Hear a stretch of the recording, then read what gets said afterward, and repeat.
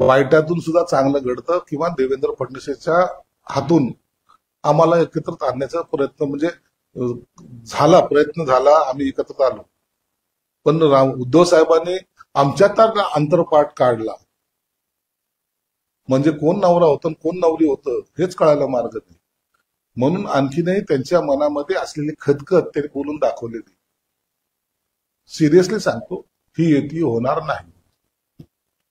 ही युती का होणार नाही असं तुम्हाला वाटतं? असं चित्र दाखवलं, हात उंचावले, एकमेकांची गळाभेट तरी युती का होणार नाही असं तुम्हाला काय वाटतं? आम्हाला राजसाहेबांचा स्वभाव माहिती आहे, उद्धव साहेबांचा स्वभाव माहिती आहे.